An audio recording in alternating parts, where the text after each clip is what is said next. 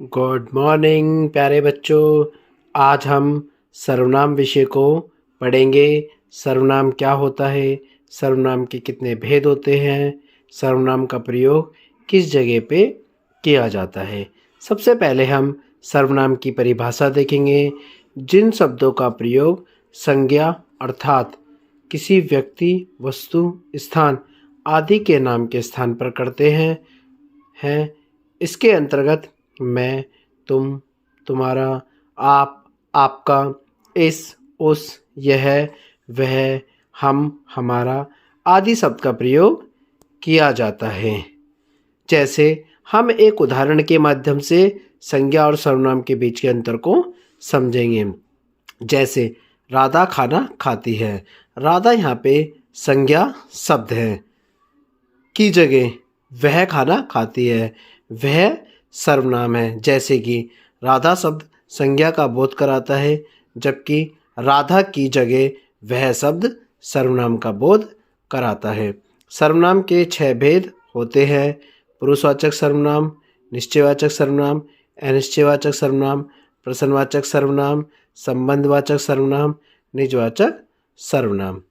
अब हम सर्वनाम के एक एक भेद को पढ़ेंगे और उसे अच्छे से समझेंगे। पहला, पुरुषवाचक सर्वनाम। पुरुषवाचक सर्वनाम के 3 भेद होते हैं। तो पहले हमने पढ़ा सर्वनाम क्या होता है, सर्वनाम के कितने भेद होते हैं। सर्वनाम के 6 भेद होते हैं। अब उसके हम एक एक भेद को पढ़ेंगे। जैसे पुरुषवाचक सर्वनाम और इस सर्वनाम के भी 3 भेद होते हैं। जैसे उत्तम पुरुष जो बात को बोलता है उसे वक्ता कहते हैं। जो अपनी बात को बोलता है उसे वक्ता कहते हैं। जैसे मैं अपनी बात को बोल रहा हूँ तो मैं इस समय वक्ता हूँ। जैसे मैं, मुझे, मेरा, हम, हमें, हमारा आदि। मध्यम पुरुष जो बात को सुनता है अर्थात सुनने वाला, उसे श्रोता, सुनने वाले को कहते हैं। अब जैसे आप मेरी वीडियो को देखेंगे तो उसे सुनेंगे, तो सुनने वाले को श्रोता कहते हैं। जैसे तू, तुम, तुम्हें, तेरा, तुम्हारा, तुम्हारी आदि।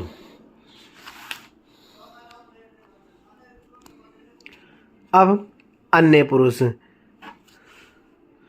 अन्य पुरुष कोई तीसरा व्यक्ति जिसके बारे में चर्चा या बात की जाती है उसे अन्य पुरुष कहते हैं। तो जो तीसरा व्यक्ति, जैसे हम 2 व्यक्ति मिलकर किसी तीसरे व्यक्ति की बात कर रहे हैं तो उसे अन्य पुरुष कहते हैं। जैसे यह, वह, ये, वे, इसे, उसको, इन्हें, उनको आदि। अब हम दूसरा भेद पढ़ेंगे इसका, अनिश्चयवाचक सर्वनाम।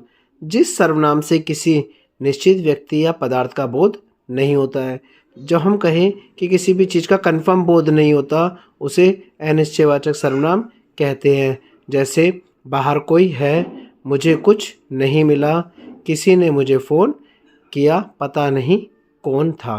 तो इसमें हमें कंफर्म नहीं हो पा रहा कि किसने ये कार्य किया। निश्चयवाचक सर्वनाम जिस सर्वनाम में पास या दूर किसी व्यक्ति या वस्तु की ओर संकेत का बोध होता है वह निश्चयवाचक सर्वनाम कहलाता है। तो जिसमें कन्फर्मेशन होगी, जिसमें निश्चित बोध होगा, उसे निश्चयवाचक सर्वनाम कहते हैं।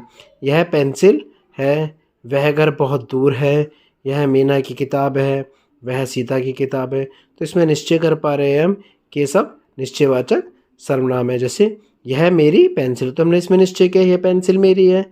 वह घर बहुत दूर है, तो इसमें भी हमने निश्चय कर रखा है वह घर बहुत दूर है। यह मीना की किताब है, वह सीता की किताब है।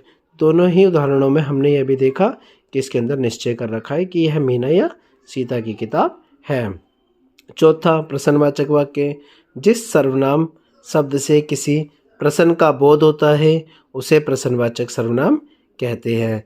जहाँ पर भी हम प्रश्न का निर्माण करते हैं, प्रश्न पूछते हैं, वहाँ पर हमें प्रश्नवाचक वाक्य या प्रश्नवाचक सर्वनाम होता है। तो जिस प्रश्न का हमें उत्तर मिले वहाँ पर प्रश्नवाचक वाक्य सर्वनाम होता है। जैसे तुम कौन हो, तो इसका उत्तर मिलेगा मैं एक लड़का हूँ। तुम्हें क्या चाहिए, मुझे एक किताब चाहिए। आप कहाँ रहते हो, मैं दिल्ली में रहता हूँ। यहाँ क्या रखा है, यहाँ पर एक किताब रखी है।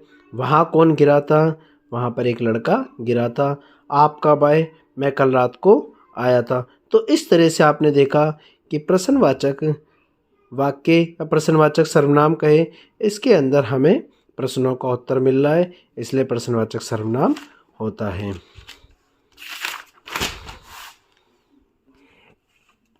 अब संबंधवाचक सर्वनाम पढ़ेंगे। संबंधवाचक सर्वनाम संज्ञा के स्थान पर आने वाले जिन दो सर्वनाम शब्दों से संबंध का भाव प्रकट होता है उसे संबंधवाचक सर्वनाम कहते हैं। तो यहाँ हम कह सकते हैं कि जहाँ पर भी दो शब्दों से संबंध दिखाया जाता है वहाँ पर संबंधवाचक सर्वनाम होता है। जैसे तुमने जो कार मांगी थी वह यही कार है, तो तुमने और वह से दोनों वाक्यों के बीच में संबंध प्रकट हो रहा है, तो यहाँ पर संबंधवाचक वाक्य है। जैसे जिसकी लाठी उसकी भैंस, जिसकी उसकी से संबंध प्रकट हो रहा है, संबंधवाचक वाक्य है। तुम जो बोलोगे मैं वैसा ही करूँगा, तो जो और वैसे से क्या हो रहा है, संबंध प्रकट हो रहा है, इसलिए संबंधवाचक सर्वनाम होगा। निजवाचक सर्वनाम जहाँ पर स्वयं अपने आप की बात की जाती है वहाँ निजवाचक सर्वनाम होता है। जहाँ पर अपने बारे में बात की जाती है वहाँ पर निजवाचक सर्वनाम होता है। आप अपना काम खुद कर लेना, तो अपने बारे में बात हो रही है। मैं अकेला ही कार साफ़ कर लूँगा, तो यहाँ पर भी अपने बारे में बात हो रही है। मैं स्वयं स्कूटी से घर चली जाती, वह स्वयं स्कूटी से घर चली जाती, यहाँ पर भी अपने बारे में बात हो रही है, इसलिए यहाँ पर निजवाचक सर्वनाम है। अब हम एक सर्वनाम का टेस्ट पेपर लगाएंगे जिससे हमें इसकी अच्छे से रिवीजन हो सके और हमें इसके बारे में अच्छे से पता लग सके।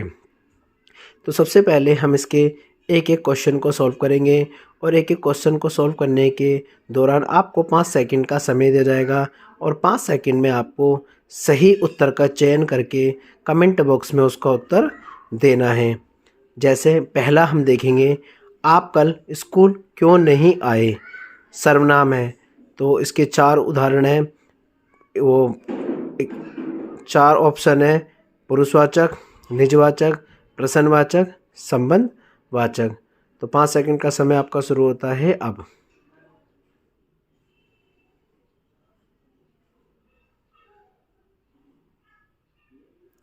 इसका आंसर होगा आप स्कूल क्यों नहीं आए, तो क्यों का मतलब यहाँ पे प्रश्न का निर्माण किया गया है, तो इसका आंसर होगा प्रश्नवाचक सर्वनाम।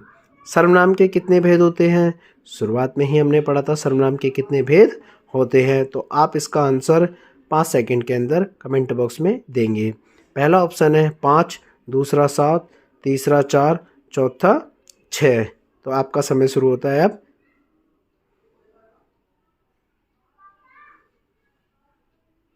तो सर्वनाम के कितने भेद होते हैं, इसका आंसर है ऑप्शन 4, 6 भेद होते हैं।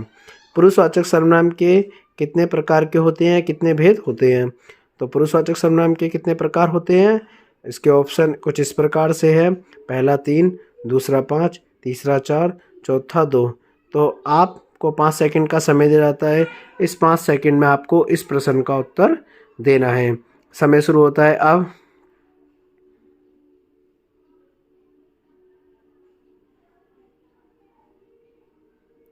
अब समय समाप्त होता है। इसका आंसर होता है पुरुषवाचक सर्वनाम के कितने भेद होते हैं, तो 3 भेद होते हैं। मैं आप चला जाऊंगा इस वाक्य में सर्वनाम है, तो मैं आप चला जाऊंगा इस वाक्य में सर्वनाम कौन सा होगा ये आपको बताना है।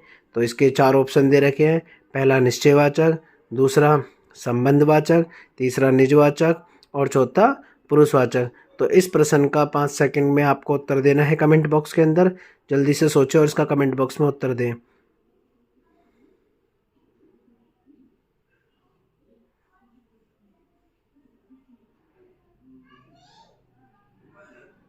इसका आंसर होगा निजवाचक सर्वनाम, क्योंकि यहाँ पर स्वयं की बात हो रही है, तो जब भी स्वयं की बात होती है तो निजवाचक सर्वनाम होता है।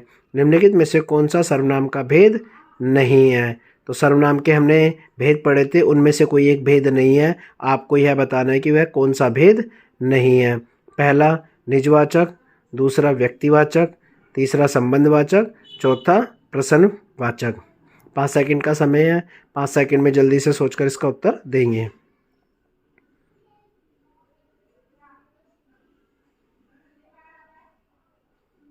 तो इसका उत्तर है व्यक्तिवाचक सर्वनाम का कोई भी भेद नहीं होता है। अंतिम प्रश्न, यह कविता का घर है, इस वाक्य में सर्वनाम है। यह कविता का घर है, इस वाक्य में सर्वनाम है। तो 5 सेकंड में आपको इस प्रश्न का उत्तर देना है। इसके 4 ऑप्शन कुछ इस प्रकार से हैं। पहला निश्चयवाचक, दूसरा पुरुषवाचक, तीसरा प्रश्नवाचक, चौथा निजवाचक।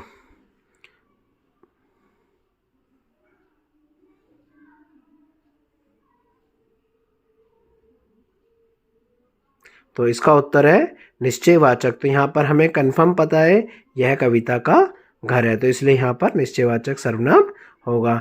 आपको इसके सारे क्वेश्चन के आंसर नीचे लिखे हुए भी हैं, आप स्वयं भी चेक कर सकते हो बिना नकल किए हुए, जिससे आपको पता लग जाएगा आपकी रिवीजन कितनी अच्छी प्रकार से चल रही है।